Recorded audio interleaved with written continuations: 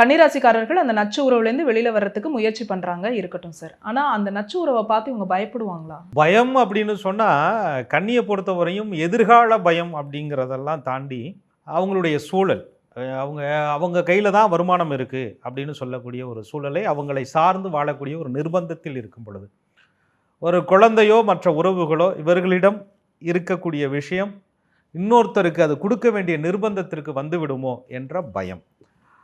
அதுக்கப்புறம் கன்னிராசிக்காரர்கள் அதிகமான யோசனையில் இவர்களையே அவர்கள் குற்றவாளியாக சித்தரித்ததுனால அதிகமாக சாக்ரிஃபைஸ் பண்ணிக்கிட்டு, நம்ம அவங்களுக்கு பத்தாதவங்களோ, நம்ம அவர்களுக்கு போதுமானவர்கள் இல்லையோ, நம்ம அவர்களுக்கு சரியானவர்கள் இல்லையோ அப்படிங்கிற சிந்தனையை கன்னி தான் மனசுக்குள்ள ஆழமாக பதிச்சுக்கிட்டு அந்த நச்சு உறவை கண்டு பயப்படும். இவங்களை குற்றவாளியாகவே அவங்க சொல்லி சொல்லி நம்ம தான் குற்றவாளின்னு கன்னி நினைத்து தன்னுடைய ஒரிஜினாலிட்டியை மறைத்து கன்னி அவர்களை கண்டு பயப்படும்.